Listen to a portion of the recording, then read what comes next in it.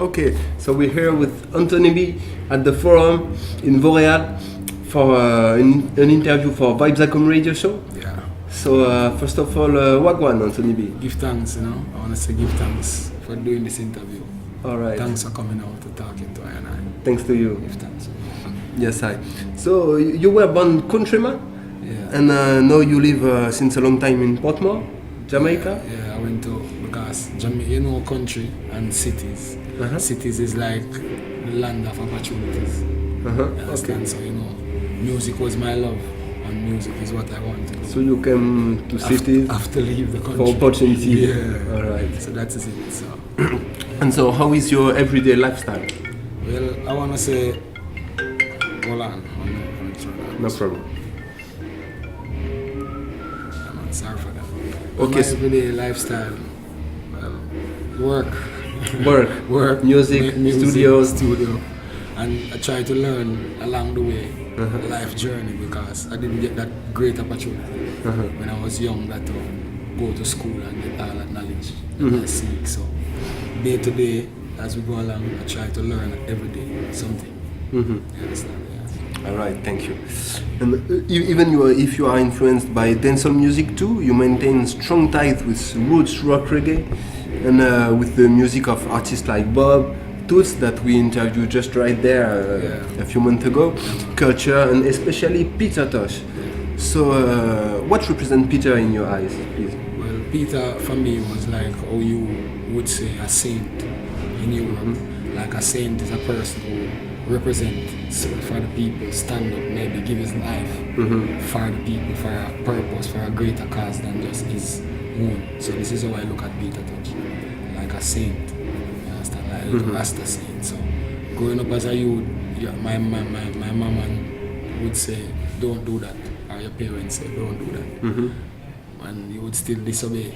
But listening to Peter Tosh, like if Peter Tosh say don't do that, It's a model. it's more convincing. You understand? Okay. So that's how Peter Tosh voice was to me. Like a voice that is more like a father figure. You understand? Like somebody who, when he speak, the authority, you listen and you obey more than even your parents at home. So this is how Peter Tosh was to me, like a saint. All right, and I understand. So you're a real militant and don't hesitate to denounce poverty, corruption, colonialism. You can also take position and, for example, encourage contraception. In some of your songs, you attack directly Jamaican politicians like Michael Manley or the Prime Minister Andrew Honest. Did you ever have pressures or felt in danger because of your activism? Yeah, well, sometimes you feel that, but it's just, as I say, to me, it's just a calling. Like, this is my mission. This is my greatest purpose. You understand? And growing up there on the poverty side of Jamaica and the poorer side of life, I realized that poverty is not something inherited. It is something genetically implemented because of greed. You understand? And the people who we see who is too greedy in the eyes of our is the politicians, because they play that critical role that they can create concepts that create better opportunities for the poor, and they also create concepts that keep the poor deeper into poverty. Yeah. So this is where I see politics for me. It is not vital, but it is essential, because they make policies and laws that affect the life of the common people. So in Jamaica, for us, who is that? We grew up hearing about Mr. Jacket, Mr. Tie. Mr. Jacket, Mr. Tie is an appearance of a person wearing a suit. Not because you wear a suit, you must be an oppressor. You understand? So to me, to say jacket and tie is not a clarity for me. So to say the politician is a better clarity for me, because I'm from the generation where we want to understand what you're saying. We don't want to sit and then figure. We don't like what we would say, too much sarcasm. You understand? We are from the generation where we like, get to the point. What is your point? Okay. What are you saying? Clarify it. That's why you find Bob Marley is so... No need to talk and talk. Bob Marley is clearly understood by the world, because he's saying one love. So anybody around the world understand that instantly. You don't have to wonder, what Bob Marley is saying, what is he about? Each man is saying one Everybody love. understand. Everybody understand that. So that's why you see when I try to tell the people that my message is love yourself, because 90% of the time we are the one who help implement these policies that affect our children or affect our own personal life, because we are the one who select these politicians. Sometimes they are just a poor person, and then we give them this power to become president or prime minister. They are the one who come now and make your life live in hell. So you as the person have to start. When you love yourself more, then you make better decisions. You look at somebody, you think about their policy. You understand? You don't just be a Democrat or a Republican or a left or a right wing. You be a human being who stand up for values of humanity. Understand? That's why you sang Now Vote Again. Now vote again. Yeah, because why are you voting? You say you don't like war, but this politician is the one who take you to war. So if you don't really like war, don't vote for these politicians. Don't caution them. Caution them. You understand? And we're not saying go out and hurt nobody. We're saying just keep your finger to yourself. Yeah. You understand? Don't come and say, well, he will make it better. When in 100 try, you don't see. And that is stupidity.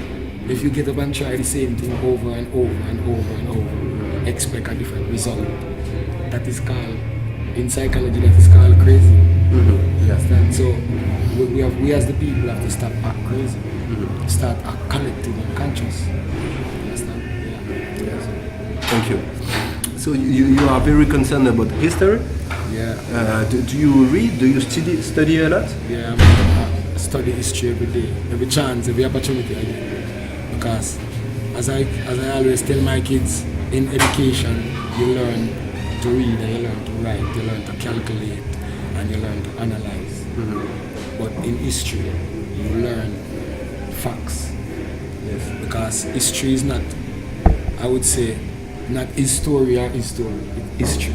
Today, this happened in France. We're gonna write it down. Anthony B was here. This is history. Tomorrow, it's history. That can't be erased. Anthony B was here yesterday.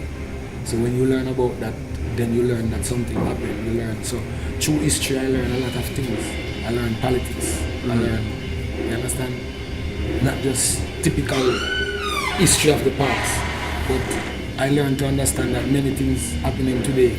So it's learning history to understand the future. The present and the future. present and future. You understand? Because when you study, when I study history, and you look at a thing like copyright, history and copyright have problems.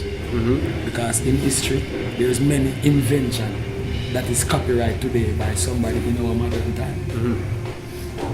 That if the people really know history, this person would not be credited for a lot of these things that is credited. So history show you a lot of things is copied, reissued, copied, and reissued again.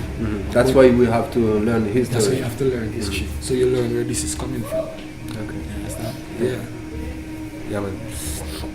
So can you tell us who is Prince Emmanuel, please, and what was his role in the upliftment of Rasta movement after dissipation of the community of Leonard Howard? Yeah, well, I would say he was the man who stand up and represent for the voice of unity amongst the Rasta community at that time, because as we know, in every gathering, so we need leaders. Understand? So sometimes we might not say yes, but in our family, there's a head of the family. In our community, there's a head of the community. In our country, there's a head of the country. So in every movement, there is a person who sometimes is gifted enough to come, and he's really the magnet that pull all those people together. So that's what Emmanuel represents. When everything else could fall apart, he stand up and represent that prince, that teacher, that understand, that voice, that body, that face, that empowerment that Rasta could still feel that confident to pursue. It's like, you understand? It's like one priest fall and the next priest come up, but if there's no priest, the other might scatter away. So we credit Emmanuel for being the priest and keep that authenticness together. You understand? There was he provided a place where Rasta could have go for refuge in case of nowhere to sleep, homelessness, hungry, no place to go, you don't have to trim your locks and say, well, boy, I'm going to cut my locks because what else to do? I can't survive. Because Jamaican government was really like, bad with Rasta. Mm-hmm. So he provided a refuge. Mm-hmm. You understand? So it's like in time of, you understand, persecution of certain race of people, they might find a country that is not persecuting these people. So the people would take that country as a refuge. Mm-hmm. So Emmanuel was Rasta refuge in that time. Okay. Yeah, so this is how we see him. And he teaches us of the priestly order. Because through the priestly order, then you learn to be spiritual and physical. Mm-hmm. You understand? So you learn collectiveness that if this is spiritually wrong, it's physically wrong. Mm-hmm. So that's what Emmanuel teaches. Okay. How to master our physical and our spiritual. Okay. You understand? Okay, thanks. One of your last songs is called Stop Fighting the Reggae. Yes. What is the problem with reggae? It is a voice of the people. Mm-hmm. It awake that collective consciousness in the human soul. And if you're awake into collective consciousness, then you won't be feeding into the consumption of what the world is today. Because we become a consumer world. Mm-hmm. You understand? Our great-grandparents and our grandparents would not buy a lot of things we buy today. Yes. Even though we got a better school and we got a better education and we say we are more mad, because they were not of that consumption mind. Understand? If you sell our granny something, she would ask what it is for. We don't ask what things are for anymore. We just buy them because they might pretty, and then you find out you spend $800 on something, and 2 days after you don't really need it. It's not really necessary in your life. You understand? But you're being consumed.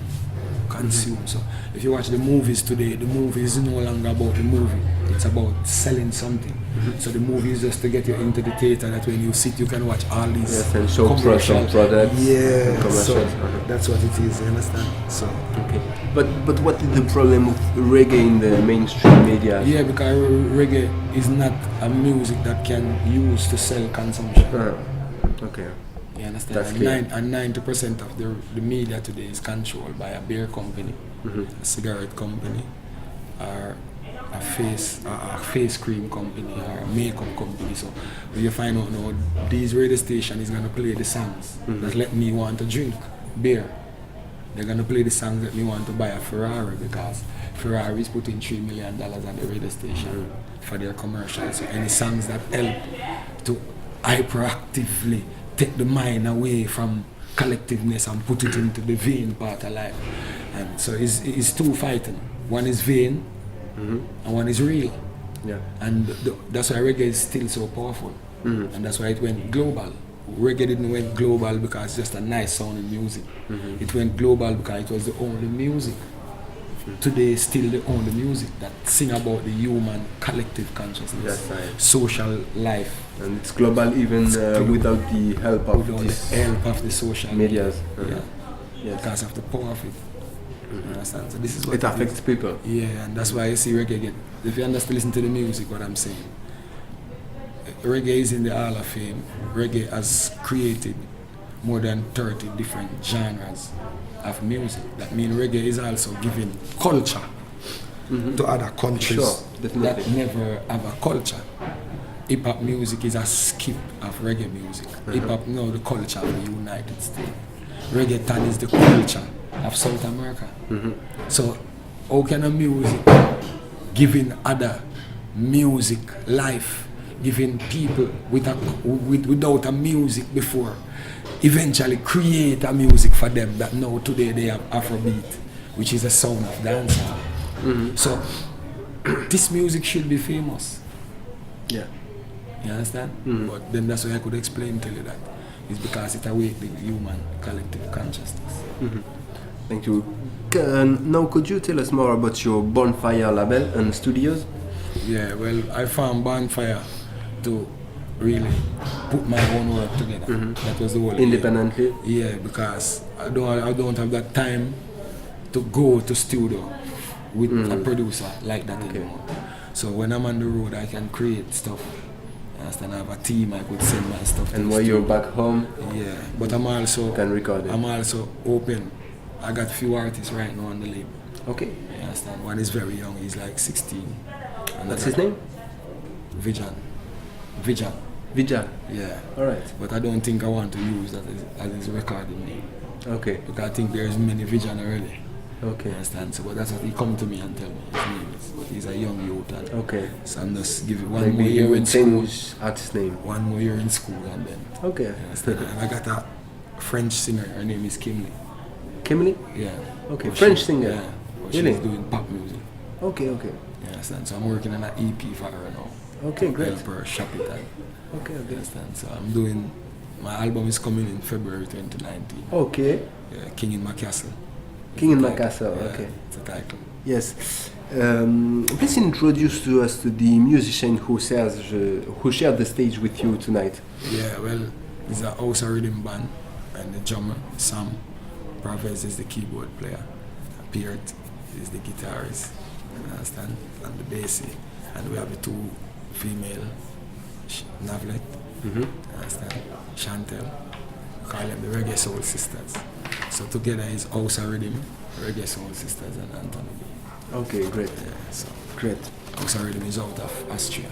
Austria, okay. Yeah, so it was a European band. Yeah, real band. Yeah, I like them. You understand? I like their energy, I like their vibe. So About Europa and especially France, you have been performing a lot in France, yeah, and even have recorded this mighty live album, live at the Battlefield in Toulouse. yeah, You made 2 albums with French producer Frenchy, Maximum Sounds, yeah, man. with whom you have just released this month a new tune on his State of Emergency region. And we could soon hear you on the Blackbird Rhythm of Baco Records, alongside Sizzla, Luciano, Billy Man, Capirant or Pierre Paul Jacques. How big do you feel the reggae movement in France? Well, as we say, reggae is like that underground, the sound of the underground. So to me, reggae is diamond. That's where all the diamond is. That's where the gold is. That's where the oil is, underground. So that's what reggae become. Reggae become that musical diamond. You understand? And that's why it is sung by every culture. So I think reggae is slowly becoming a big part of the French modern culture. All right. You understand? Yes. So reggae is going to be a part of French history Yes. years to come. That's why Fun we're to- here Yeah, so to interview we can, you. we can never ignore that, you understand? So we love France, and there's many big and powerful reggae Yes. bands out of France, reggae artists out of France. So reggae become this modern culture, not just for France, but many places, because that's what reggae always represents for us: the voice of the voiceless, the hope of the hopeless, a place where you can gain opportunity for a man with don't even know what will come. Just give it a try. You understand? And there's not many places or many things like that you can get into. You can't just get up and get into the stock market. You can't just get up and get into banking. You can't just get up and say, I'm gonna do some exporting and importing. You understand? So there's certain business that many youths can't just get into. But reggae is that business that many people open the doors, and it is still open. That many people, because you don't come into reggae and I am a Jamaican who is going to let you feel like you're not accepted. You understand? Or you feel less, or you feel different. And no, that's not the reggae community. So it's a strong community. You understand? So reggae to me is like jazz music. It become authentic and classic. It's not really promoted commercially, but whenever there's a jazz festival, the people come out. Whenever there's a reggae festival, the people come out. So, and once the people is coming, that show you that the genre live. You understand? And we see next generation, young kids, we see 17-year-olds, 16-year-old, 20-year-old, still coming into reggae. Yes. So if these young generation did not feel something still in this music, they could have been doing something else. You understand? Kids don't just get up and follow something if it is not inspirational or influential. You understand? Many things, we see many business go down because of the internet. Reggae don't go down because of the internet. Reggae go up because of the internet. Because now the internet create a platform now where you could not hear the music because it don't play on all the major stations in France. But you can go on YouTube anywhere in the world and listen to a reggae song. And that's when I go to Hawaii, you understand, when I go to Malibu, this is what they play in the reggae bars. They play the YouTubes. So they would make a playlist, like our Bob Marley playlist, and this playlist, and they play all the videos from YouTube in the bar. And I'm sure you are definitely on this playlist worldwide. You understand? So this is how. So that's why we still have to say the internet come and help reggae music. You understand? So it helped to globalize the music in the modern time. So you have traveled the world doing concerts. What is your best memory? First time going to Rome. Rome? Yeah. Okay. First time in Rome, 1990. I can guess it it was like special because of your song Fire Upon Rome. Yeah, and you know when you sing Fire Upon Rome, everybody telling you, oh, you're dead, somebody will kill you. It's like people drive this fear into your head, you know, and so to overcome this fear is to face the place called Rome. Because I sing about Rome, everybody says, oh, you sing about Rome, you'll die. So if I go to Rome and conquer Rome, then all that fear is gone. So that's my most memorable moment. Okay, that's a good answer. You seem in a very good shape. So what are your advice? Do you do a lot of sports? No, not really. No? I just eat healthy. Eat healthy. Okay, that's your advice. Yeah, eat healthy, I think. Because if you do a lot of sports and you don't eat healthy, you're still not physically fit. It's in vain. Yeah, it's in vain. Because it's not just the muscles make you fit, but it's breath control. You understand? And breath control comes from strong inner fitness. You understand? So you can't just be running up and down. Okay, you want to exercise. Maybe you just want to lose the belly. Or maybe you just want to build some muscle. But being physically fit, it means physically fit. You understand? I mean, you can go to the doctor and do 100 tests tomorrow and I'm sound. That is fitness. You understand? Yeah, it's not that I'm fit, but I still have to take this tablet. I'm fit, but I have to take this medicine. Yes, you look great. You look you must younger fit. and younger. Yeah, so it's how you eat and it's the mind, because the greatest sickness to the human body is mucus and stress. You understand? So mucus and stress. Once you live free of mucus and stress, you can't be sick. Okay. Thank you. That's an advice for me because I'm a little sick tonight. So you released a lot of singles in 2018 and are a very productive artist. I especially like the Rubber Dubber Party, Big Anthem. What about this new album you were telling about? I feel it like my first album. Oh, really? Revolutionary. That's what I tell everybody. That's more than 20 years ago? Yeah, I feel that vibration like I'm going into the studio making my first album. Okay. You understand? So, from the day I record King in My Castle, I say, well, this is the title of the album. So, our strategy was to put out King in My Castle for 1 year before we put out the album. That means we get everybody to know the title of the album. Okay. You understand? Because we don't have that commercial promotion or that big organization behind us. It's us doing our thing. So when we do our thing, we have to do it even with a mindset that, okay, alright, if I put out my album within this time, the first thing for everybody to buy an album is to know the title of the album. So once you get that title popular, everybody's gonna know. When I announce the title of my album to some fans, they say, what is the album? I say, King in My Castle, everybody scream. Yes, I know the song. Yeah, because they already know. I heard it. Yeah, so we love that song. So this is it. That was the whole strategy. Understand? So okay. And can you tell us more about the title, or maybe? Yeah, well, it's if we have guessed the purpose of this new album. Well, the purpose of this new album is just to show Anthony B. Is not ready yet. Okay. To slow down. Okay. You understand? So this is also to show the new generation some things. So there's many different steps in the album. I do some experimental things. Okay. And this album which you understand. So that's why I tell you it's like my first album. Because on my first album I do some experimental things. With all kind of music? Yeah, if you listen to my first album, I got dancehall on it. You understand? Which usually in that time you don't put out a rubber dub album with a dancehall track. Yeah. So when I put out Fire Pyro, my second track was a dancehall track. And where them come so on me, so me start a revolution army. Then you see that then look. So you see those two tracks come out on the same album. You understand? Which in you just go to the studio, make a rubber dub album. You understand? And now say there's a rubber dub album. And this track, there's also a hip hop track. Okay. You understand? I do back the track called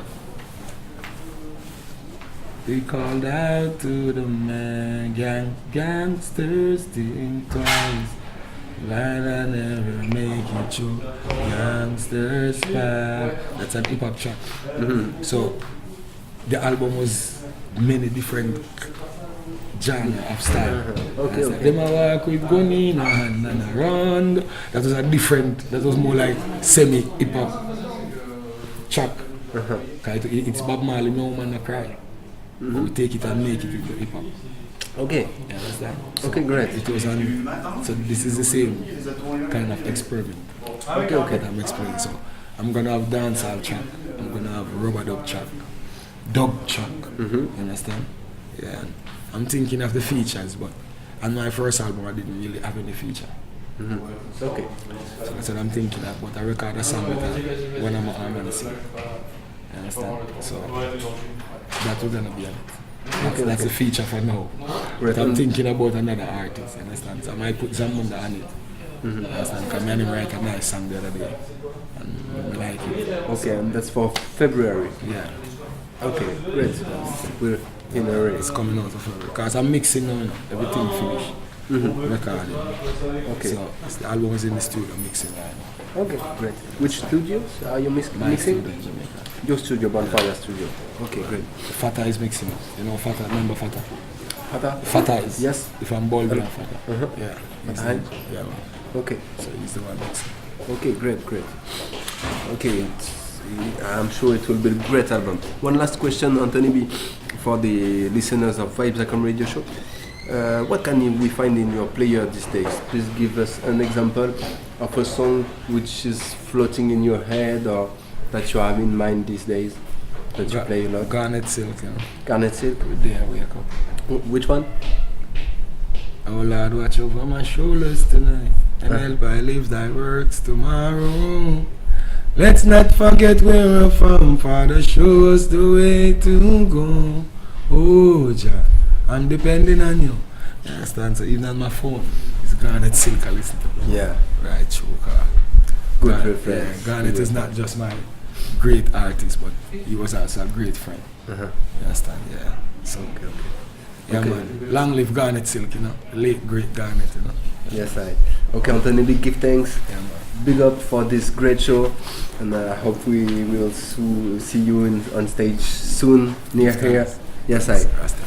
And big up pour tous les auditeurs de Vibes.com, big up à JB à l'antenne, big up à tous ceux qui écoutent, à l'équipe du Forum de Montréal, bien sûr, à Fight qui était là juste en première partie, Blaise Faya qui était là aussi. Big up surtout Anthony B. Yes, Yeah, I. man. Big up, big up.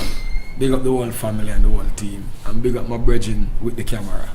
You can't see his face, but he's holding the camera. Yes, he's.